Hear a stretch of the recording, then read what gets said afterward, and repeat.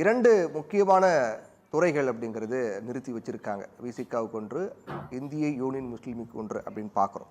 இந்த அமைச்சரை விரிவாக்கம் அப்படிங்கிறது பெண்கள் 4 பேர் அமைச்சர்களாக இருக்காங்க.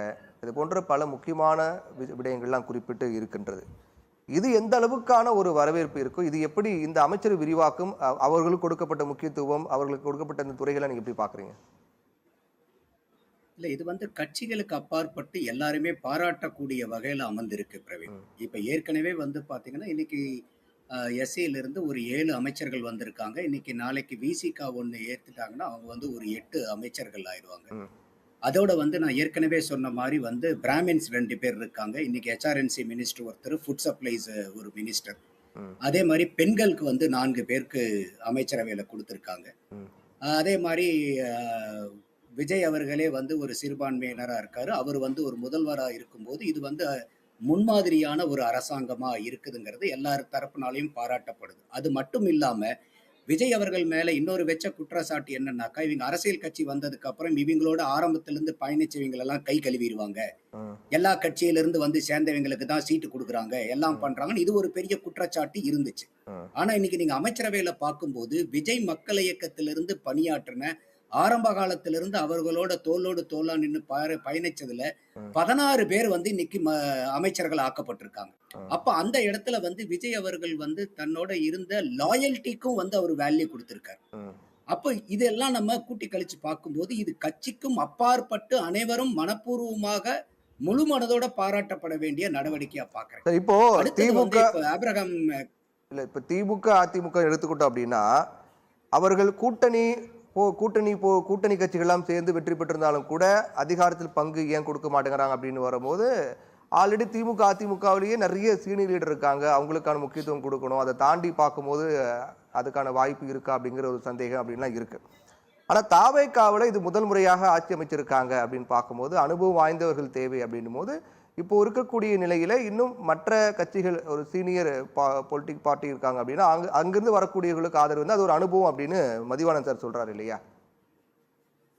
இல்ல அனுபவத்த நான் குறைச்சு மதிப்பிடல பிரவீன். ஆ. அனுபவமும் ஒரு நல்ல ஒரு இல்ல அந்த அனுபவம் விஷயம் தான். தேவை, ஆனா அனுபவம் என்னுடைய கேள்வி தேவைங்கிறதுக்காக என்னன்னா, ஒரு மூத்த கட்சியினுடைய தலைவர்கள், முக்கிய சட்டமன்ற உறுப்பினர்கள் தான் அந்த அமைச்சரவையில் பங்கு அப்படிங்கிறதான் கொடுக்குறாங்க.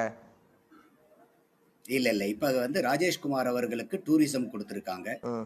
உயர்கல்வித்துறை அமைச்சரா வந்து விஸ்வநாதன் அவர்களுக்கு குடுத்திருக்காங்க. ம். இப்ப இங்கிருந்து போறவங்களுக்கு ஆதி திராவிடர் நலத்துறையும், சிறுபான்மையினர் நலத்துறையும் குடுக்க போறாங்க. எந்த துறையுமே மோசமான துறை இல்ல. அனைத்து துறைகளுமே மக்களுக்கு பணியாற்றுறதற்காக தான். இல்ல, இல்ல. அப்ப நான் இன்னைக்கு வந்து அத கேட்கல சார். பாத்தீங்கன்னாக்கா, அத செங்கோட்டையன் கேட்கல. கூட்டணி அரசு அமையுது இல்லையா? கூட்டணி அரசுங்கிறது ஒரு ஆரோக்கியமான விடயமா இருந்தாலும் கூட, அனுபவம் கிடையாது எங்களுக்கு. எங்க கூட இருக்கிற அனுபவம் கிடையாது. அனுபவம் வாய்ந்தவங்க தேவை அப்படிங்கிறதுக்காக குடுக்குறாங்க அப்படின்னு சொல்றாரு.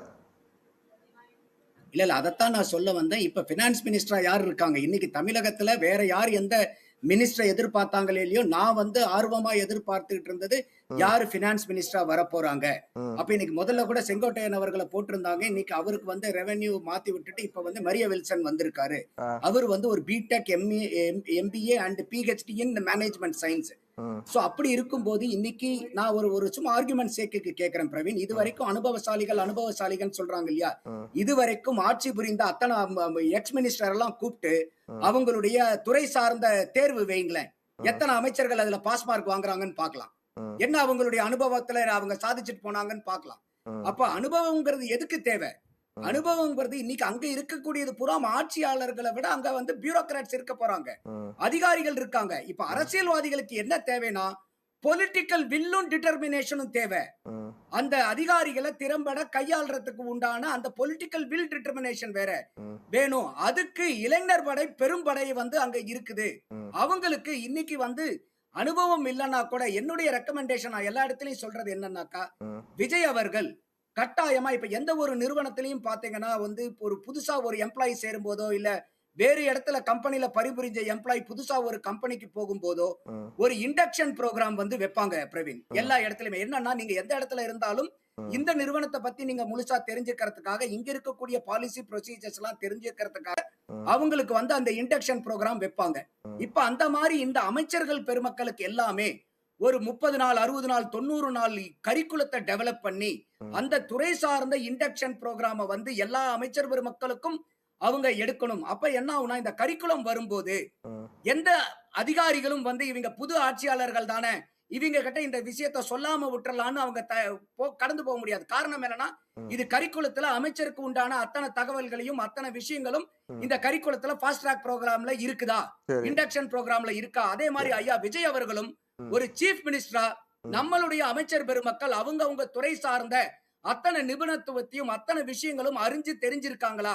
அப்ப இது என்ன மாதிரி வந்து கரிக்குலம் இருக்கு. அப்போ இதெல்லாம் அவங்க பண்ணுனாங்கன்னா ஈஸியா அவங்கனால எக்ஸிக்யூட் பண்ண முடியும். ரெண்டாவது அவங்க இன்னைக்கு தாவேக்கா வந்து பாத்தீங்கன்னாக்கா ஒரு think tank advisory committee advisory council வந்து அவங்க அரேஞ்ச் பண்ணணும். இதுக்காக வந்து முன்னாள் ரிசர்வ் பேங்க் கவர்னரையோ யூஎன்ல ஒர்க் பண்ணுன முன்னாள் அதிகாரிகளோ தேவையில்லை. தமிழ்நாட்டுல பல ஆண்டுகளாக கடந்த 60 ஆண்டுகளாக திமுக அண்ணா திமுக ஆண்டு இருந்தாலும் ஒவ்வொரு ஆட்சியிலையும் அருமையான முத்து போன்ற இருக்கக்கூடிய சுத்தமான கைதேர்ந்த ஐஏஎஸ் ஐபிஎஸ் அதிகாரிகள் இருக்காங்க இப்பயும்.